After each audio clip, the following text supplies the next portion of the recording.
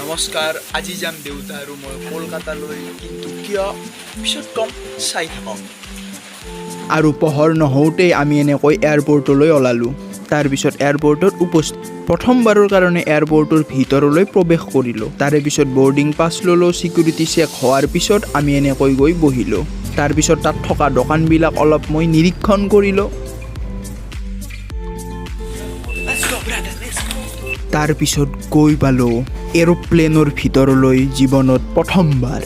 তাৰপিছত মা আৰু ভণ্টিক ভিডিঅ' কল কৰিলোঁ। তাৰপিছত প্লেনখন উৰা মাৰিলে আকাশলৈ। যেতিয়া প্লেনখন ওপৰলৈ উৰি যায় তেতিয়া অলপ কিবা এটা লাগে।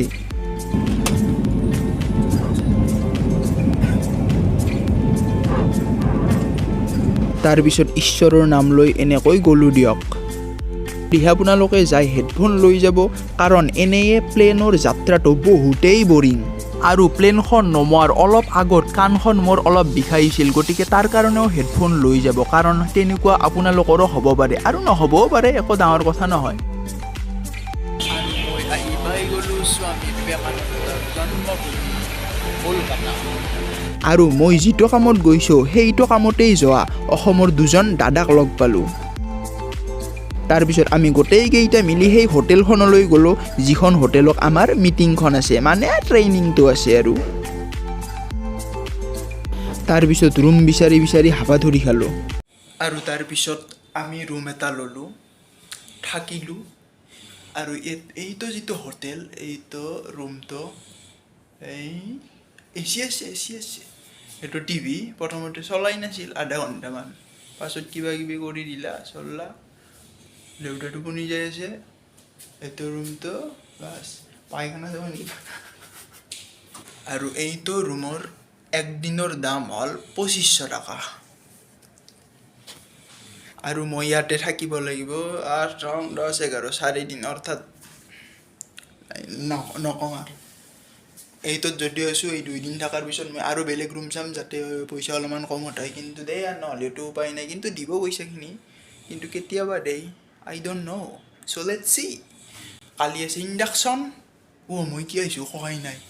মানে ইয়াত অহাৰ কাৰণটো হ'ল যে মই এটা কাম পাইছোঁ, এই গুৱাহাটীত লহৰাত হ'ব কামটো, কিন্তু তাৰ কাৰণে ইণ্ডাকশ্যন প্ৰগ্ৰেম এটা, মানে ট্ৰেইনিং ধৰণত অলপ পলিচিৰ বিষয়ে শিকায়, সেইটোৰ কাৰণে মাতিছে মোক কলকাতাত। প্ৰথমতে এইটো হোৱাৰ কথা আছিল অনলাইন।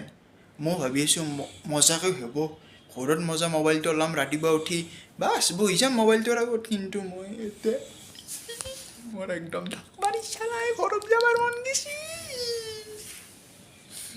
বাকী যিমান কি যি নহওক, নিজৰ ঘৰৰ দৰে শান্তিপূৰ্ণ ঠাই একো নাই। আৰু মোৰ ঘৰত যাবাৰ মন গৈছে, মোৰ থাকবাৰ ইচ্ছা নাই, কিন্তু তথাপিও থাকব লাগিব, বাৰু একো নাই। Let's C what happens টুমৰো। আৰু এই যিটো 2500 টকা, সেইটো এনেকুৱা নহয় যে আপোনাক হোটেলত থকা খোৱা চব দিব।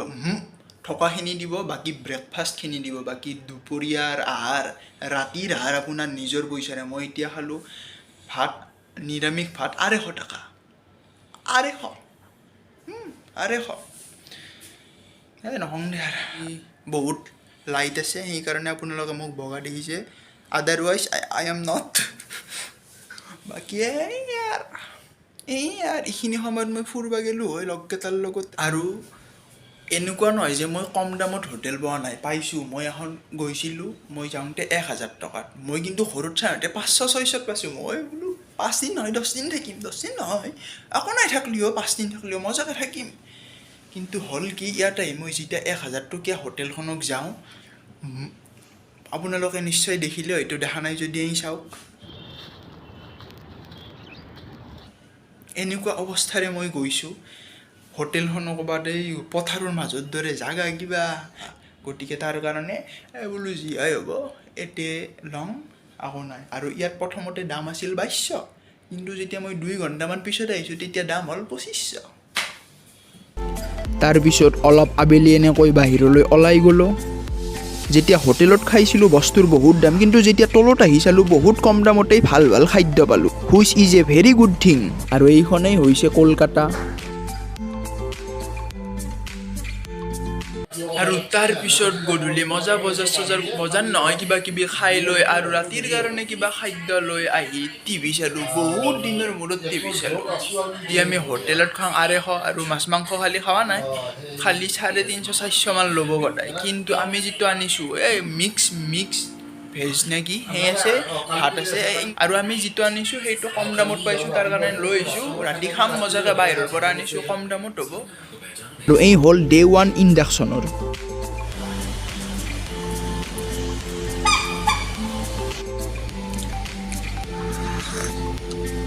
ভাল লাগছি চাহ দুইবাৰ দিছোঁ বাকী ভাত আৰু একবাৰ মজা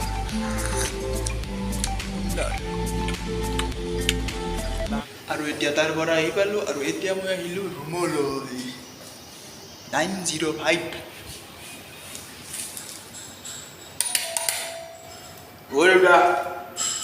আৰু তাৰপিছত ইণ্ডাকশ্যনৰ ডে 2 আজি যাৱাৰ কাৰণে আই এম ৰেডি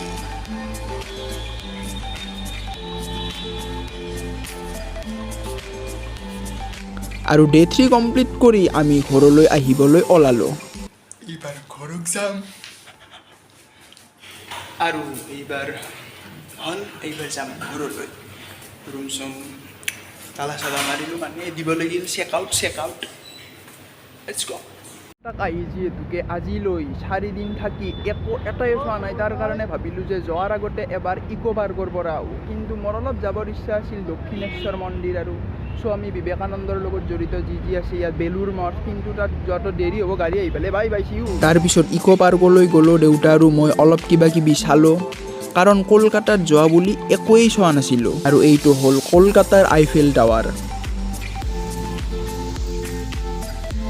আৰু উভতাৰ দিনা গধূলি প্লেনৰ ওপৰৰ পৰা এই যিখিনি দৃশ্যখিনি দেখিছোঁ একদম অতুলনীয় ফেণ্টাষ্টিক পেচা বাচুল একদম মানে এইখিনি যিটোৰ ওপৰৰ পৰা আপুনি লাইটবিলাক দেখিব তলত একদম ফেণ্টাষ্টিক আৰু তাৰপিছত গুৱাহাটী এয়াৰপৰ্ট আহি পাই গ'লোঁ